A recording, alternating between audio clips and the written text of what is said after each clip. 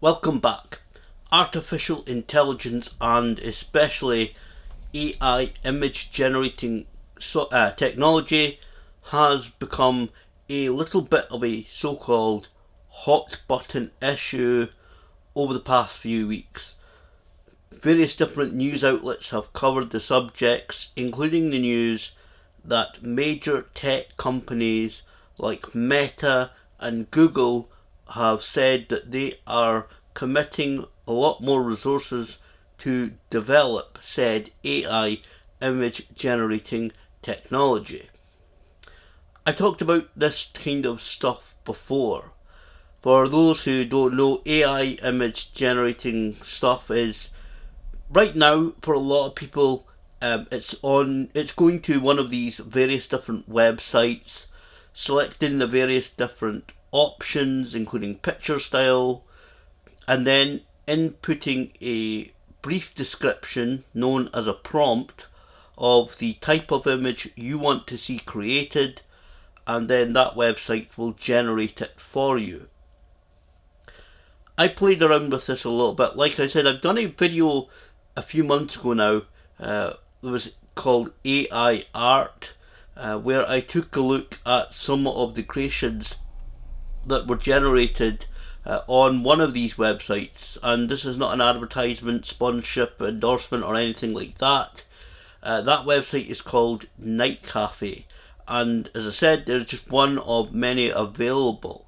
And I dipped my toe into creating AI images that really do look like somebody could have drawn it or painted it.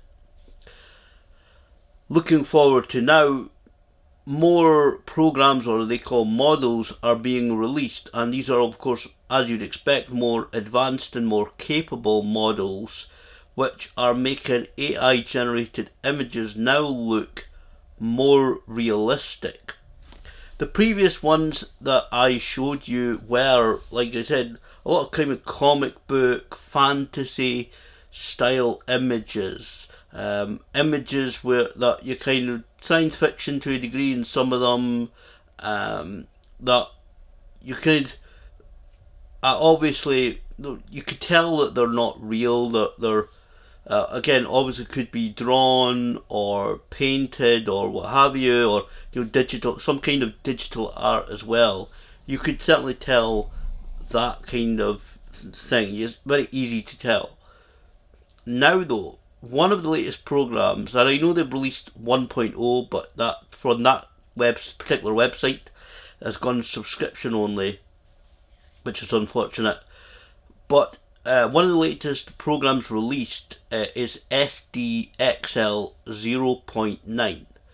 That's the website, the program that I've been using on this website, and generating more realistic looking images. This is certainly, this model or program, whatever you want to term it, certainly seems to be a bit of a leap forward in this type of technology, especially certainly in terms of generating images of kind of imitations of human beings. If you want human figures in images, certainly this one is a lot better. If you sit and look at the some of the images generated, and obviously I'm going to be showing you the better ones that have been generated, they do look really good. They actually look like they're starting to get to the stage where if you put them in front of some people, then people would not be able to tell in some cases whether these are AI images, which is what they are, or actual photographs.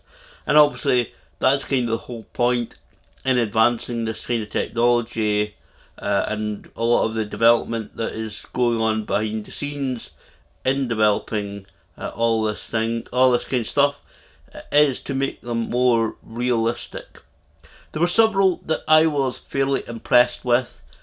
5 of them that I will show you, all were made by using the same options and actually the same prompt, or again, brief description of what type of image that I wanted to see created.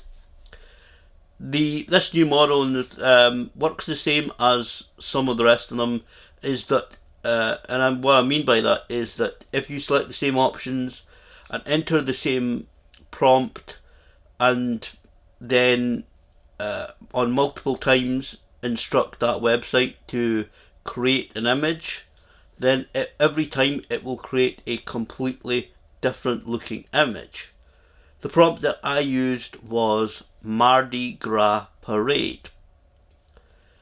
Those images generated, and obviously 5 of them, I'll show you the better ones. Well, there wasn't really any horrible ones. They all used the kind of same Mardi Gras in New Orleans kind of stereotypical colour scheme of purple, green and gold, which really does sound like a culture club song. But they created these images, and actually I think some of them look really good. Those were 5 of the images that I was pretty impressed with. There's other ones in the examples I showed you a moment ago, but certainly those ones I liked as well. So it's good to, I know it's kind of sticking around the same kind of very similar picture, but still I thought the results looked quite decent. One of the things that around this advancement of this technology that caught my attention, to be honest, a little bit, was some in the photography YouTube world, and other worlds as well, and some people just on YouTube. And quite a few of the videos that I saw about AI image generating technology were fairly negative towards it. I think partly in the YouTube photography world, part of that is the fear of what impact we will see in terms of professional photography and photographers. One of the image kind of got me to thinking, because I am a hobbyist photographer, I don't do paid work, I can't really sit and discuss the actual impact of, or potential impacts on professional photography. I don't have that experience or know-how, but I can make an observation, and one that really came to my mind was about stock photography. The reason why I started thinking about that was because I entered a prompt, air ambulance crew, and that came up with this image, which is a fantastic image. It's one of the images that I really like, of these 2 ladies wearing high-vis jackets.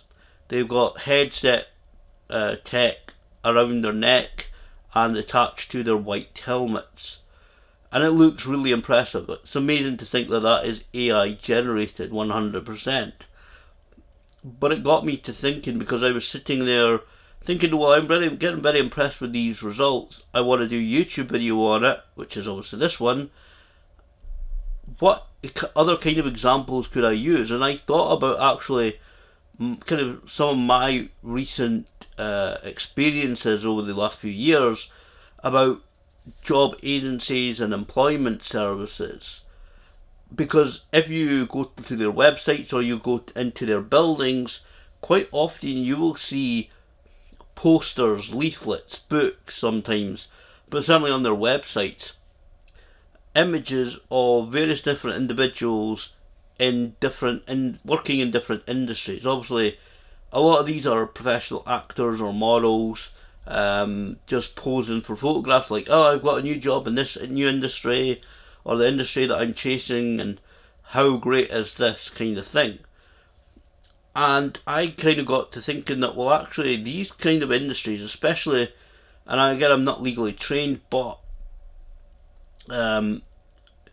apparently the copyright stuff for AI images is really quite a grey area. It doesn't seem that, certainly in the UK, and I know it's potentially different around the world, but generally I don't think people really own the copyright to AI images, even if they've gone in and edited them or set the options and put in the prompt. It doesn't seem that people really own them to any degree.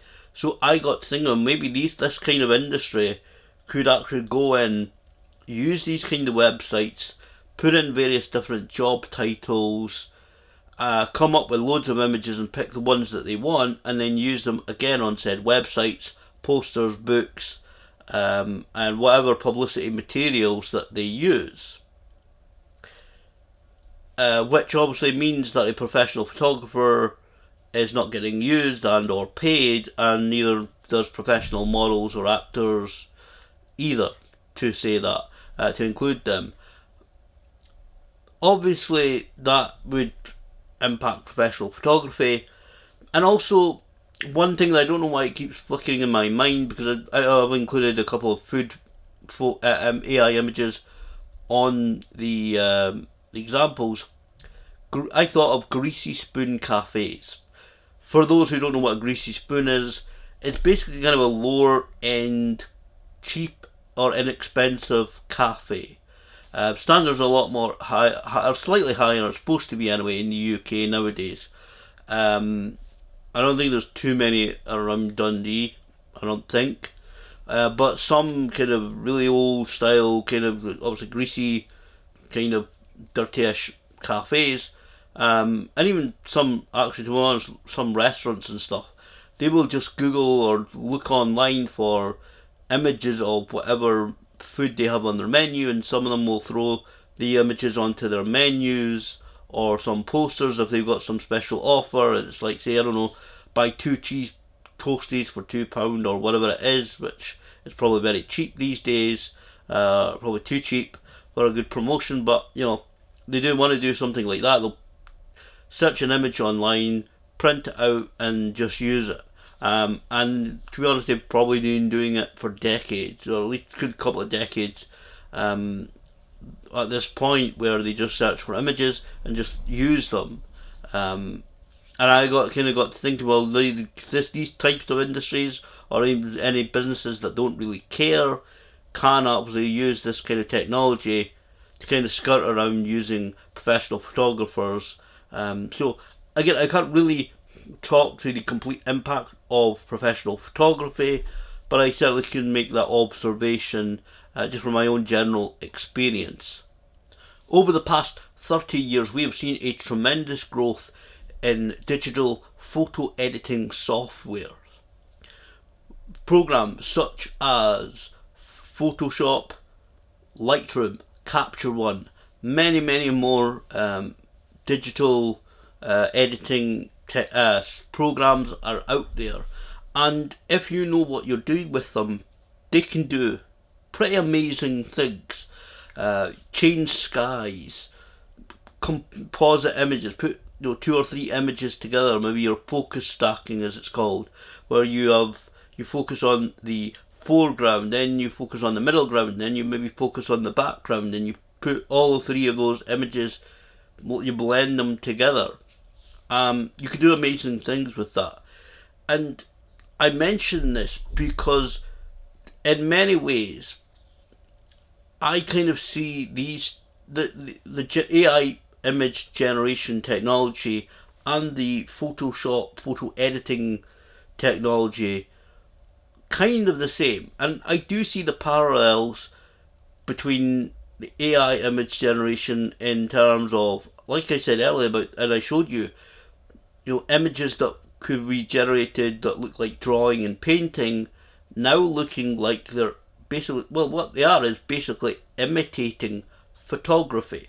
I would never call them photographs, I call them images, because for me, if it's I would call a photograph is something that's taken with a camera. Somebody's been there and taken an actual image with a particular camera.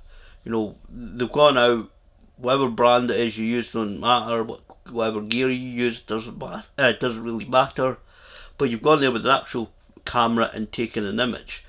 So I wouldn't call these photographs in any way. That's why I'll call them AI images. That's what they are.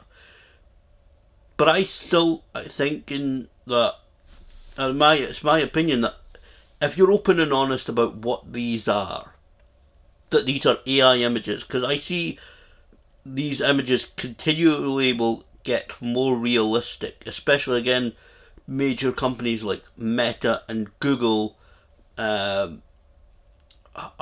definitely publicly stated that they are investing more resources in further development of this technology. I would say that if you're open and honest about what these are, whether they're edited photos or they're AI images, I don't see anything wrong with them being shared, being looked at, being admired. Work goes into both of them, and if they're really good images and interested to people, depending whatever the subject matter is, I have no problem with it. We do get already people in photography that will make an image, let's call it, of maybe near a cliff with a tree and maybe a moon behind that tree. And somebody has already said, oh, well, this is a real photograph. I stood there and waited and I took this image. And I think there's one example, I'm sure it's a real example, where a lot of people have been able to say that, no, this isn't an actual real photograph. You've edited it as a composite image, different pieces put together. And I think it's a great looking image. So if you're open and honest about what you've done and how you've come to this image, whether it be in editing software or AI, I don't see any problem with it. It's kind of artwork to me. And I know some people certainly can't go out with an actual camera for various different maybe health reasons or whatever reasons. Maybe they can't go out with an actual camera and take real photographs. Maybe, like myself, they can't draw or paint very well at all. And maybe they'll sit down, try this AI stuff and enjoy it and be able to express themselves through that. And I think that is a great idea and would be a great way of kind of, allowing people to have fun with it. So I think if you're open and honest about how you arrive at these images, whether edited, and even the latest advertisements for photo editing softwares, I see the advertisements, and they advertise about you can remove this person or this item with a traffic cone or a bucket thing or whatever it is. You can remove them from your image like they were never there. That's how good kind of editing software is getting. And so again, I would say that it's all the same kind of, if you are open and honest about how these images were created and produced, I see no problem with it. Like I said, some of the negative criticism over AI image generating technology has been from some the fear of the impact of professional photography. Do I think overall though, as I said, I can't really talk to the professional world, do I see this as sounding the death knell of photography or anything remotely like that? No. Certainly not. I think photography will be around for many, many decades, hopefully centuries to come. And even some science fictions like Star Trek, you still have characters who are interested in, they call it holo imaging, but it's basically their modern version of a camera and go out and take images. I think photography will be around for years and years. One of the main reasons I think that is because, yes, you can go on these programs, AI programs, you can generate images of a bride and groom at a wedding, or some band at a concert, or a fun run, or some public event, or a public market, for example. But to capture images or photographs of the actual couple or the actual event or the concert, you need to be there with a camera, and I don't see that changing anytime soon. I know, obviously, again, I'm kind of talking a little bit more professionally, because hobbies, not really allowed to take interchangeable lens cameras, for example, to many venues nowadays, which is unfortunate. But certainly, for these kind of public events, even photographing, street photography, walking around your local city or town or area, or going somewhere else, or holiday or something, you still need to be there with an actual camera to take a photograph. So photography is not in any danger of dying out. Yes, both of these are still, I will admit, relatively still a bit of a niche thing to do. You don't see a ton of people walking around with cameras taking photos. You don't see, I don't think there's going to be a huge amount of people that will dive into the AI image world. I think some people obviously will. Maybe in the future, if the technology becomes really good, it might become, one of those kind of fad things. And I'm not talking that it'll disappear completely. I mean, maybe it'll get to the point where the technology is really good. It's like using a lot of Snapchat filters and stuff like that we see, or like the fidget spinners or some of these different things that come up, wristbands, etc., where maybe because of the capabilities, maybe a lot of people will jump on it and it'll become suddenly really popular and be that way for a few months, and then really it'll leave those who are genuinely interested in it to remain pursuing it, generating AI images. So certainly photography will be around for many, many, many decades to come. I don't think photographers on the whole need to worry. People will still need professional photographers. People still enjoy looking at actual images throughout history. It's one of the kind of ironies. I want to very quickly add this. It's kind of one of the ironies I've seen pop up again very recently, that some people may have an attitude about individuals like myself going out and maybe doing something like street photography, but then you get always people online on Facebook groups, etc., saying, "Oh, well, I would love an image of this place in this city in the 1980s or 1970s," and a lot of those images are held that you can share are actually held by hobbyists like myself. So it's kind of an ironic situation sometimes. But certainly photography will be around for many, many years to come. AI, image technology, I'm actually genuinely looking forward to seeing where this takes us. I know a lot of people are quite nervous, partially due to science fiction, over artificial intelligence, but personally I'm quite looking forward to seeing where this kind of technology grows and takes us.